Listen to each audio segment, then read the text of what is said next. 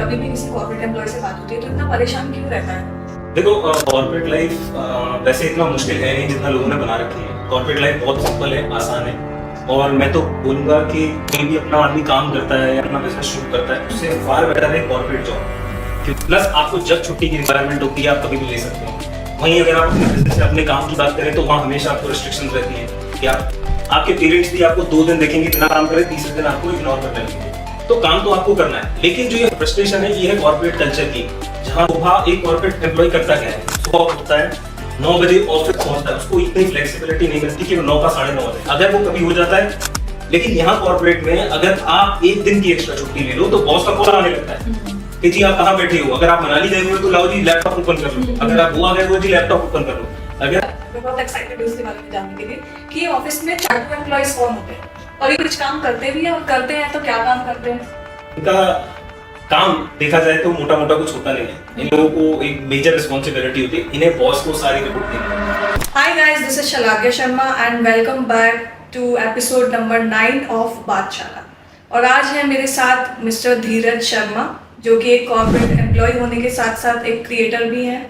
And आज हम इनसे जानेंगे कि एक्चुअल में दिक्कत कहाँ है, कॉर्पोरेट वाले कभी खुश क्यों नहीं रहते, एंड क्या क्या चीज़ें जो कॉर्पोरेट वाले फेस करते हैं, डेली लाइफ स्ट्रगल्स, ये सब आज हम इनसे जानेंगे। तो लेट्स गेट स्टार्टेड। तो धीरज, आज मैं आपसे सबसे पहले तो ये पूछना चाहती हूँ कि कभी भी किसी कॉर्पोरेट एम्प्लॉय से बात होती है तो इतना परेशान क्यों रहता है?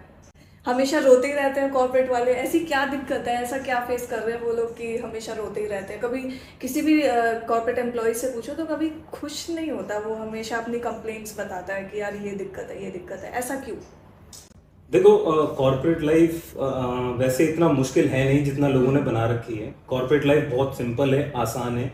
और मैं तो बोलूँगा कि कोई भी अपना आदमी काम करता है या अपना बिजनेस शुरू करता है उससे फार बेटर है कॉर्पोरेट जॉब, क्योंकि आपको रेगुलर अपना जो डेली का काम है रेगुलर सेम काम करना होता है। प्लस आपको जब छुट्टी की रिक्वायरमेंट होती है आप कभी भी ले सकते हैं। वहीं अगर आप अपने बिजनेस या अपने काम की बात करें तो वहाँ हमेशा आपको रिस्ट्रिक्शंस रहती हैं कि आप आज बिजनेस करना है, आज मुझे दुकान खोलनी है तो मैं कहीं जा नहीं सकता हूँ। वहीं कॉर्पोरेट अगर एक कॉर्पोरेट एम्प्लॉय कॉर्पोरेट ऑफिस में काम करते हो, कभी भी आप XYZ रीजन लगा के कभी भी छुट्टी ले सकते हो। लेकिन जो कॉर्पोरेट एम्प्लॉय को या कॉर्पोरेट लाइफ को इतना बदनाम किया हुआ है आजकल, बेसिकली वो किया हुआ है कॉर्पोरेट कल्चर ने। कॉर्पोरेट लाइफ इतनी खराब हो चुकी है एक एम्प्लॉय की, उसका बस एक ही मोटिवेट है, हर कॉर्पोरेट ऑफिस का बस एक ही मोटिवेशन है कॉर्पोरेट एम्प्लॉय की ज्यादा से ज्यादा काम कराना, कम पैसे देके ज्यादा से ज्यादा कैसे यूटिलाइज कर सके, किसी को 10,000 20,000 देके कैसे उसका काम यूटिलाइज कर सके।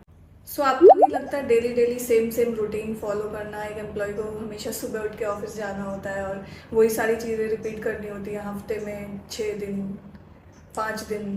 देखो, काम तो करना ही है जिंदगी में, ऐसा नहीं है कि काम नहीं करना है। आदमी बना ही काम करने के लिए, आज ये काम नहीं करेगा तो दूसरा काम करेगा। मतलब कोई भी एक इंसान काम करे बिना नहीं रह सकता, उसका कोई ऑल्टरनेट है? आप बताओ, कोई ऑल्टरनेट है? नहीं है। काम करने का कोई ऑल्टरनेट नहीं है। तुम्हें कॉर्पोरेट जॉब करनी है, बिजनेस करना है, you have to do it. आपके पेरेंट्स भी आपको 2 दिन देखेंगे बिना काम करे, तीसरे दिन आपको इग्नोर करने लगेंगे। तो काम तो आपको करना है। लेकिन जो ये फ्रस्ट्रेशन है ये है कॉर्पोरेट कल्चर की, जहां पर आदमी को बांधा जाता है, रिस्ट्रिक्ट किया जाता है, उसको एक्सप्लोर नहीं करने दिया जाता, उसको दुनियादारी देखने नहीं दी जाती।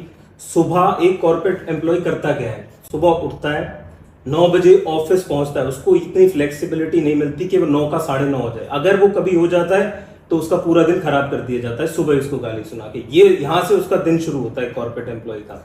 उसके बाद वो मन लगाकर काम करता है, पूरा लंच तक काम करता है, लंच करने उठता है, खाना खाने जाता है, वहां भी उसको चैन से खाना नहीं दिया जाता है। आज की डेट में कॉर्पोरेट एम्प्लॉय चैन से आधा घंटे का लंच ब्रेक नहीं ले सकता है। I don't think so. कोई कंपनीज होंगी जैसे गूगल या बहुत बड़ी बड़ी कंपनी होगी जहां इतनी फ्लेक्सिबिलिटी मिलती है, लेकिन जो एक नॉर्मल कॉर्पोरेट जॉब है, कॉर्पोरेट कंपनीज है, उसमें एक एम्प्लॉय को ज्यादा से ज्यादा 15 से 20 मिनट में लंच ब्रेक से भी बुला लिया जाता है। तो इस सब टॉर्चर के बाद आदमी अपनी पर्सनल लाइफ पे मोटिवेट, मतलब फोकस ही नहीं कर पाता कि क्या मेरी पर्सनल लाइफ है, मैं क्या क्या कर सकता हूँ, मेरी जिंदगी में और क्या क्या है ना, वो कुछ प्लान भी कर पाता है। पूरे दिन ये शेड्यूल फॉलो करने के बाद जैसे ही 5-6 बजते हैं तो थोड़ा वो खुश होता है कि जी चलो अभी मेरा घर जाने का टाइम आ गया है, कि मैं अब घर जाऊंगा, अपनी फैमिली के साथ बैठूंगा।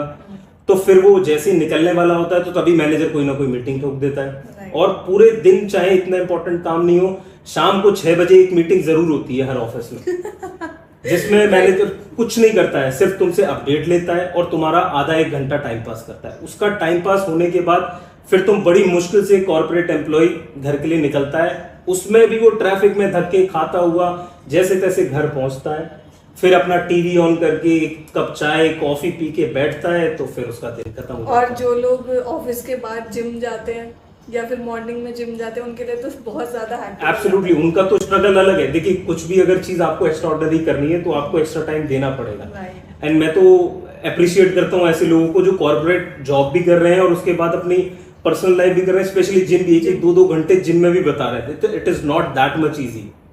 राइट।